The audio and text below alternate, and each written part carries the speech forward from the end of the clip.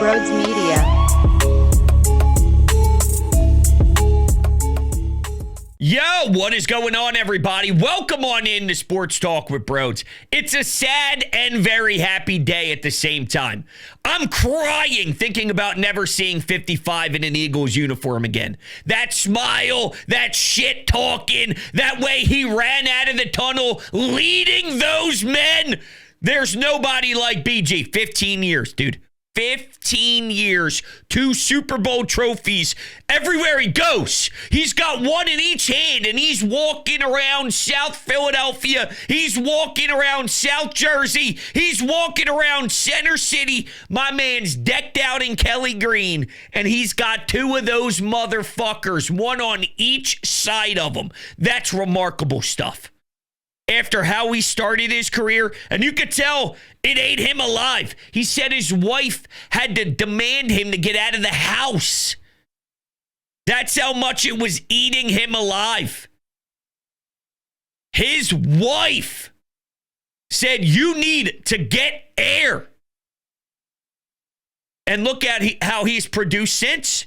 And we got Nolan Smith basically going through that same early trouble. And he gets to lean on BG? Wow.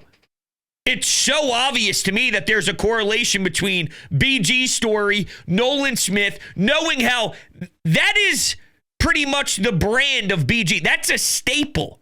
That's what you think about when you think of BG, is how nobody believed in him once he first started to get his feet wet in the NFL. Nobody thought he'd ever live up to reasonable expectations. Wish I could talk. I can't.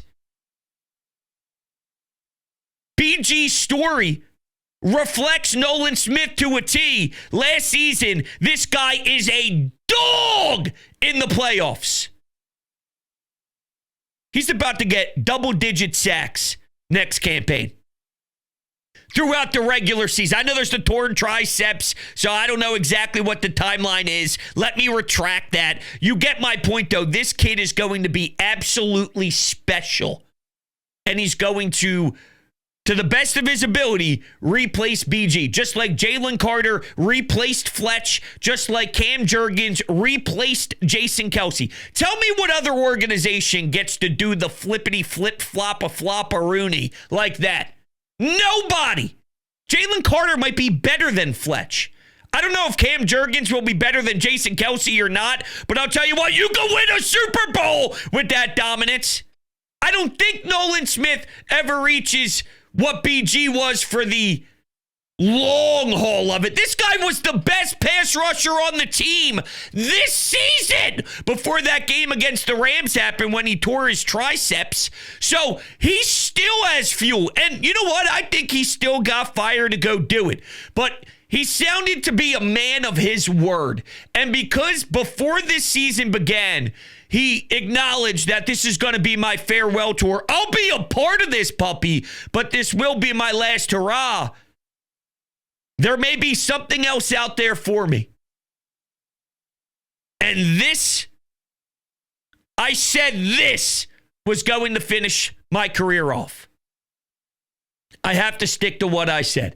He did imply that he wouldn't be standing there if they didn't win the bowl, which is kind of crazy because think of the PT, think of the rehab, think about the process of getting back from a torn tricep when he did. Keep in mind, the Eagles had to go all the way for him to ever be able to have a minor chance to compete this season, to go out on a high note. They had to do the whole thing. It couldn't have been an NFC Championship game at home a few weeks prior. You wouldn't have even gotten him then. It had to go the whole way. Think about how that perfectly aligned for BG.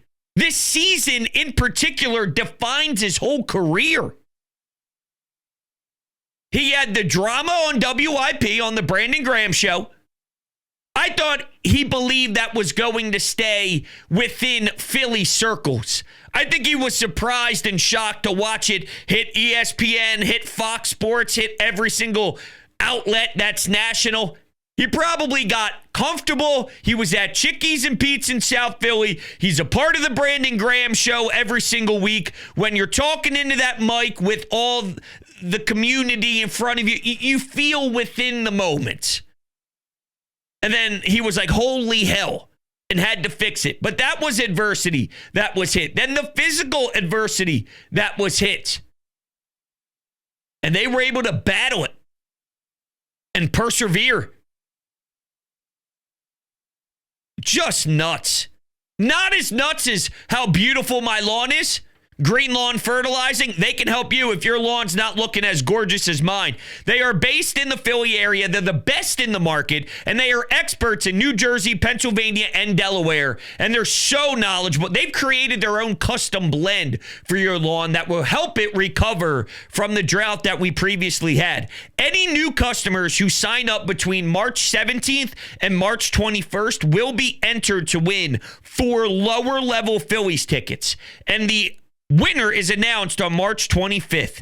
So listen to this. They are giving you 2 free treatments and 10% off for the early birds. Green Lawn Fertilizing has already started to treat lawns, and it is so important to lay the groundwork with the first round. Make sure you check out the link in my description, which will take you right to their website. It'll say that Brodes sent you, so it'll give them the heads up that you heard from them from me, and you can sign up there, and I'm telling you, it's one big family. Just like BG, Lane, Jason Kelsey. I saw Nick Sirianni chilling when they were panning around on the camera. I saw Howie, couple of the teammates. It's an end of an era. I was kind of prepared for it. And maybe it'll hit more when you watch the team run out of the tunnel without number 55 next season. I'm kind of reflecting here and breaking down a tad, thinking about watching Kelsey and BG and Fletch my whole life. You blink and you have a daughter who's 15 months and you got another one coming in August and you realize you got to pay the mortgage this month and you go, whoa, whoa, whoa, what? Where did life go? Think about how special BG is. Did you see Jalen Hurts? He was being goofy. I didn't know that guy was able to be goofy. I see him scream fuck bombs whenever he has a big touchdown and someone's doubting him for 7 days leading up to the game, and he throws a dime to AJ in the back of the end zone, and he'll say, that's what I fucking do, and, fist pump to the ground. He'll smile maybe occasionally when he's handing out maybe the game ball in the locker room with the boys after a road win when they were underdogs or something, or it's for the 10th win in a row. That's always nice to see too, huh? When you get double-digit wins, when you win 10 out of 11 games after losing a Super Bowl. Franchises don't do this. This is almost a mixed bag between how the hell this organization actually sets us up is mind-numbing, but BG is a big part of the experience that this franchise gives us. Players like BG and having many of them at once is why we're in the position that we are, to see one man go out and bring 2 Super Bowl championships with him as he leaves the NovaCare complex. Not that he's gone forever. My man's going to be talking trash in practice. My man said he's going to be sending out Nolan Smith mid-game to say something and start barking at one of the other guys. He's just going to have mouthpieces. He's going to have the current players and athletes who are lacing him up relay the message. And he said, I love when we play Dallas. So I'd go after Dak big time. Imagine Dak at the line of scrimmage next year. Cowboys suck. They fucking blow. And they're, 3-10? I don't even know when they play. 3-10, and the Birds are 10-3. And here's Dak. He's at the line of scrimmage. He's walking up to his center. Yo, BG says, go fuck yourself. Oh, it's going to be great. It's sad and it's happy. Whew. Hey, how about Nick Castellanos today? How come every single time there's a tragedy, every single time something happens, he's on the spot? He hits a moonshot and sends one 4,000 feet. Every time Nick does it. It doesn't even make sense. If it was twice, it would be weird. If it was twice, it would be strange. It's actually every single time. And this is catastrophic, right? Brandon Graham putting up a picture of him throwing his cleats over the Rocky statue. Hey, I'm speaking at noon. All right, well, that's the saddest thing in the middle of the week that I can get. Damn. It made sense, but damn. The moment you saw that picture, the heart sank. What are you going to do? But Castellanos, he was ready. He woke up, he smelled blood, and then he went to the ballpark and did what he needed to do, I guess. Did I even finish my point on Jalen? I don't know if I did or didn't, but I could talk about Jalen more if you want. The fact that BG opens up the goofy side of Jalen Hurts. Did you see the faces he was making? I've never seen Jalen ever do that. It takes a special human to open Jalen Hurts up in that way. Every single second he spent at the NovaCare complex, I'm sure he was the life of the party. And my favorite part about this is watching his presence sort of sink into the foundation of Eagles football. One thing we always like to do is reflect on the Andy Reid era, and even though it didn't bring us a championship, there was a lot of the structure that Howie Roseman utilized, building within the trenches, and they really studied that, and they went about it to a point where they are probably over-obsessed with the idea of linemen. Even though they're not, they're perfectly obsessed with it, which is being super obsessed with it, but you know what I'm saying? They're all about it. They have wet dreams of tape where they're watching a left guard move swiftly. Yeah, I'm saying. They took that Andy Reid approach. They never stopped using it, and it's still part of who they are today.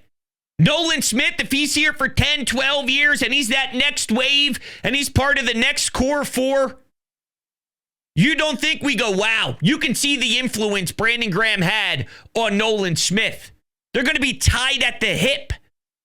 And same could be applied to any position, really. It could be someone on the offensive side of the ball. It could be Devontae Smith. It could be one of the offensive linemen. Hell, it could be Jordan Mailata. Jordan Mailata came into this league not even knowing what the sport is. Now he's one of the most polished pros. He's phenomenal with the media. He almost acts as close as BG does that you can, right? Think about what BG used to do with Derek Gunn. They'd come into our living room as a household on Eagles postgame live seconds after a win, and we'd hear BG like he's talking to D Gunn, and D Gunn is almost the guy that we open up into our homes all the time when it came to this team for a while there on NBC Sports Philadelphia. So, I mean, seriously, Jordan Mailata's success is already a big statement from Brandon Graham and his presence over the last 15 years.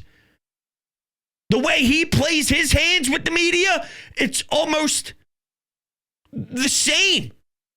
If you think about it, I never really thought about it. So right now, as I'm talking through this whole thing, and it'll hit Quinyon in some way, shape, or form. It'll hit Coop in some way, shape, or form. It hit Milton Williams, Josh Sweat. BG even brought that up with Josh Sweat. He said, yeah, this is your room. I'm here to oversee things. I'm definitely here to help lead, but this is your room. Well, he sure as hell responded with a pretty nice Super Bowl and then go earn himself almost $20 million a year. Milton Williams was the biggest defensive tackle. He had a tour around New England on the day that he was able to actually put pen to paper. Everywhere you look in New England, it's Milton Williams this, Milton Williams that. They're saying superstar defensive tackle. BG said, I'll lead, but I'll watch from a distance. You know how I feel about X, Y, and Z. It's part of the blueprint here. I'm just going to go CEO. It's Nick Sirianni, but from a player standpoint, he's CEO in this thing. But you got guys who have watched BG every day, seen his work ethic on and off the field, and then even during times of injury, to get back this season, torn tricep. It's nuts. It's nuts. Why don't we take a listen to BG, shall we? Here's Brandon Graham, who I thought held it together after the first minute or so, right off the rip when he started reading off his message. It hit him with a monster wave of emotions. But after the first minute or so, I think the moment definitely slowed down for him. He understood this was right. Listening to him speak, I think it's clear he believes he can still play football, but he had his word. He said something and he wanted to stand by his word, and he used his way of being a father and sort of describing what's right for his kids and the way that he is leading that household. That when you come out and say something like that, this is going to be my last season and this is going to be my last hurrah. If you're going to say, you got to stand behind what you say. He's almost using this as a fatherly example to his children. And you can hear that as he talked through it. So I think he believes he can still go more, but he wants to set an example for his children. And this is right for me.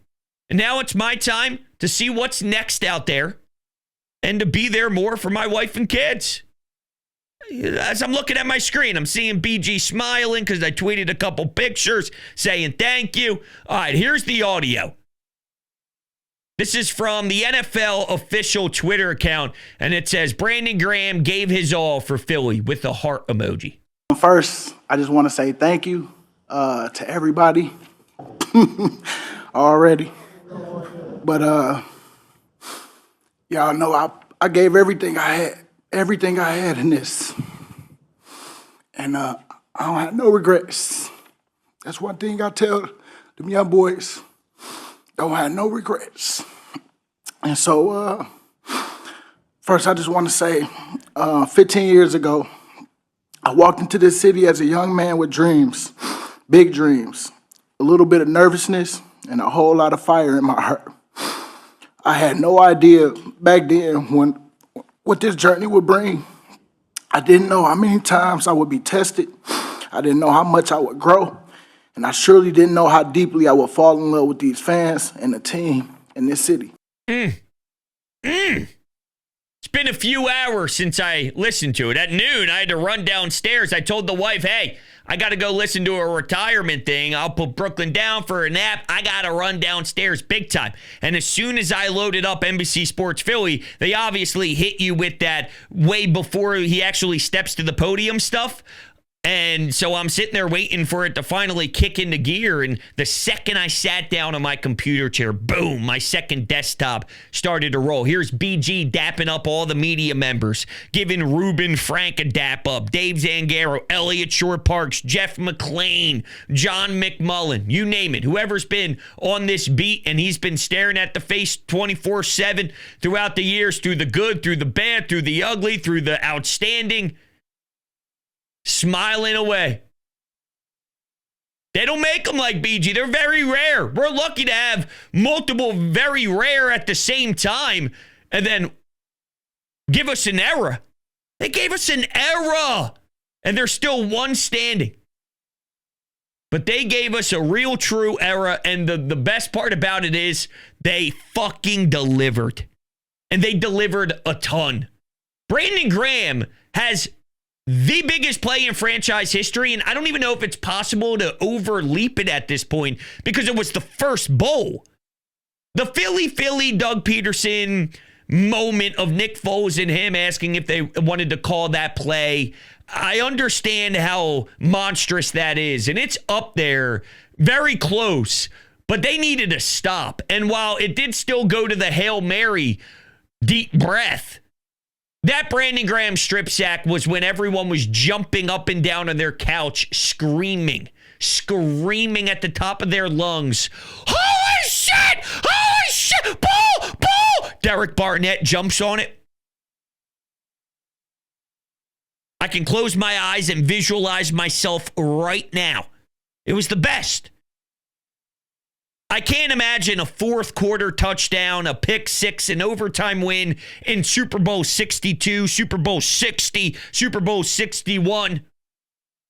Probably the next one, if I'm being honest, you know what I mean? A little back, now back. But we'll get there once we start breaking down next season.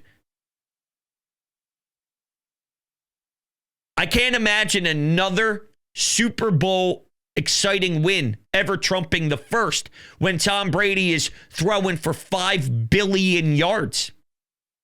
BG gave my guy Schwartz a shout out. That gets me stoked. All the Jim Schwartz haters in this town who was giving them shit forever. Oh, it's so nice to hear Jim Schwartz get a little love and appreciation.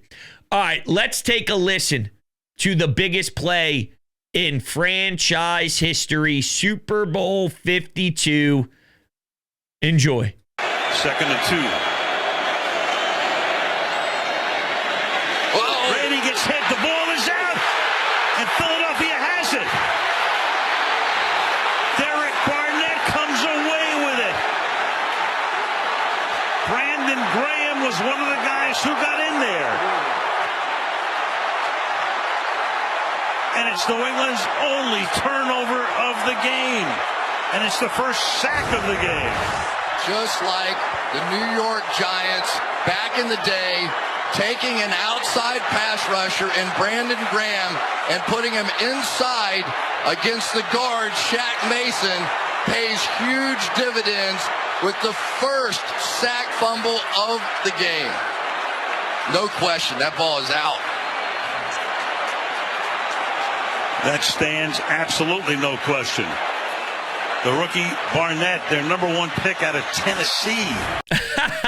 Even Derek Barnett getting some love. Watching Tom Brady sit on his ass with both of his elbows on his thighs and on his knees. And he just knew right then and there, yep, this thing's wrapped up. That was it. I'm sure the moment that ball left his fingertips, internally he knew, yep, that's game. Whether he had a last second to pull one out of his rear end or not, that's always in the Tom Brady cards. That's always in the Tom Brady experience. But for the most part, I think everybody has that natural tell when you know, no. I don't even know if natural tell is what I was looking for there, but there's a certain feeling. We lost this football game. BG in slow motion. Both of his fists by his face, helmet off, making the face of, I don't even know how to describe it, but we all can visualize the face that he makes. He has that play, and it'll never be topped. I just can't imagine a world where that ever gets topped.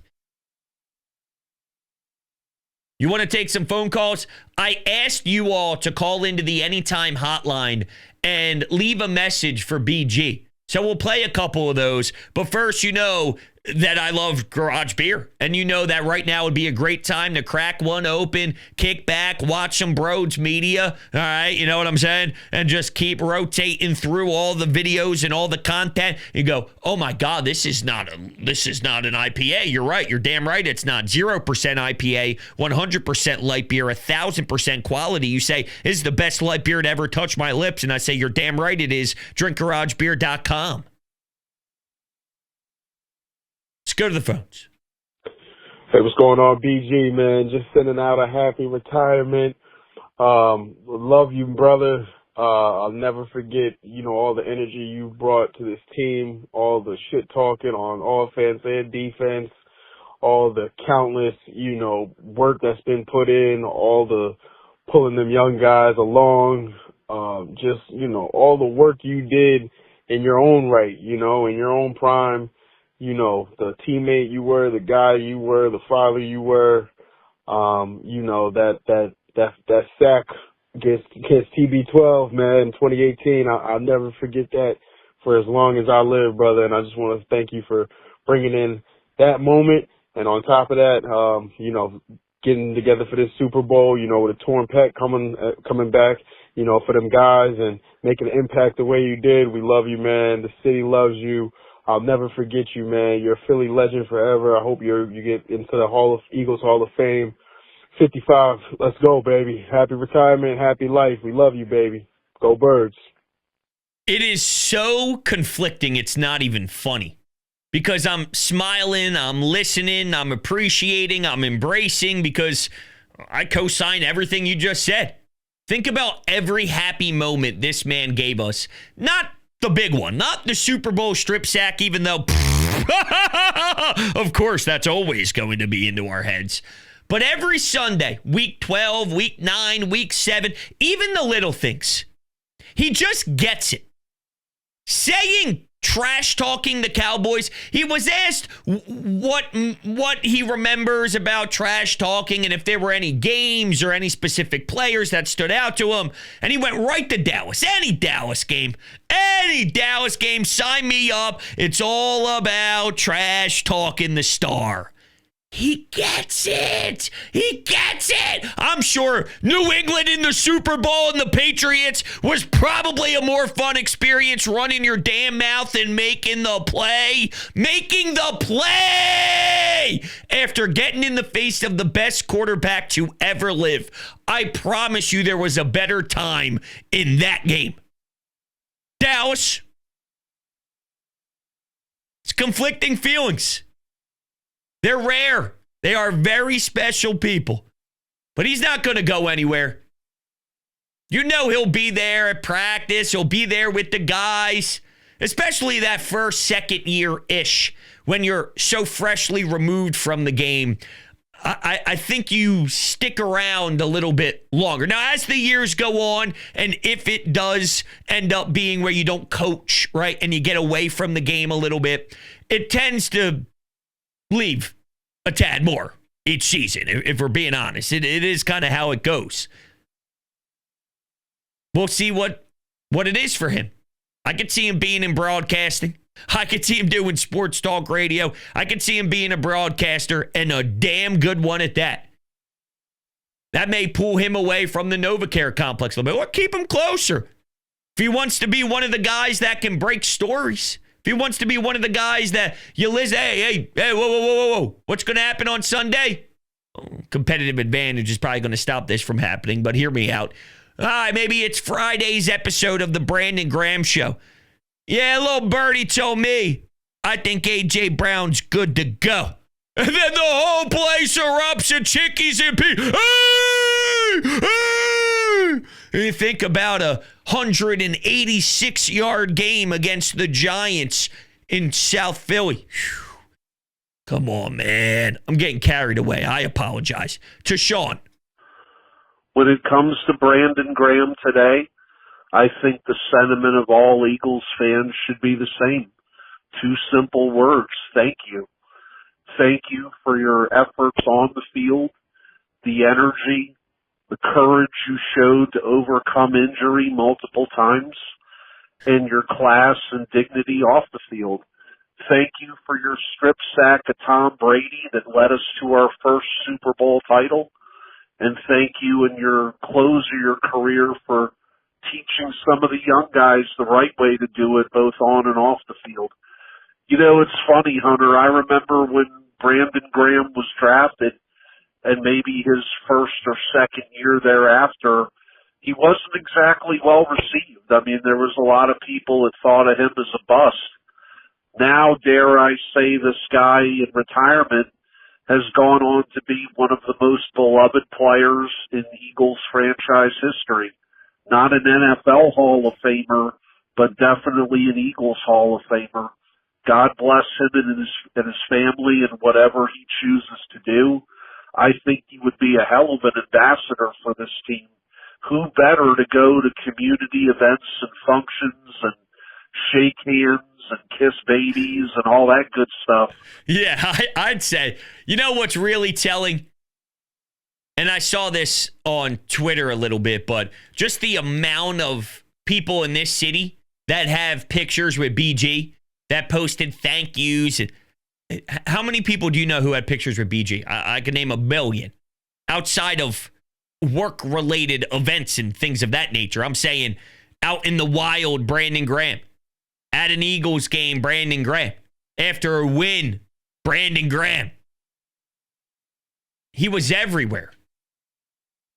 It says a lot that your entire timeline was just over and over and over again. BG and Jetro, BG at a Flyers game, BG, and he's just putting his arms around the whole family.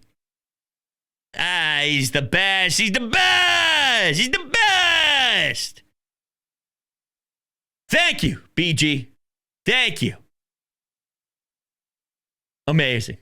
All right, everybody, before I cry, love you guys. You're the best in the world. Appreciate it. Go Birds. I promise you we're not done talking about Brandon Graham. Catch you on the next one.